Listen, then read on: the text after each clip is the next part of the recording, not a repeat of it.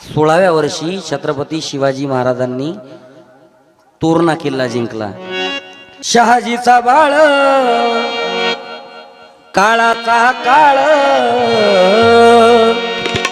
शहाजीचा बाळ काळाचा काळ, शिवनेरीवर जन्मला शिवबा, शिवनेरीवर जन्मला शिवबा, तोरण बांधले तोरण्याला शिवबान, तोरण बांधले तोरण्याला।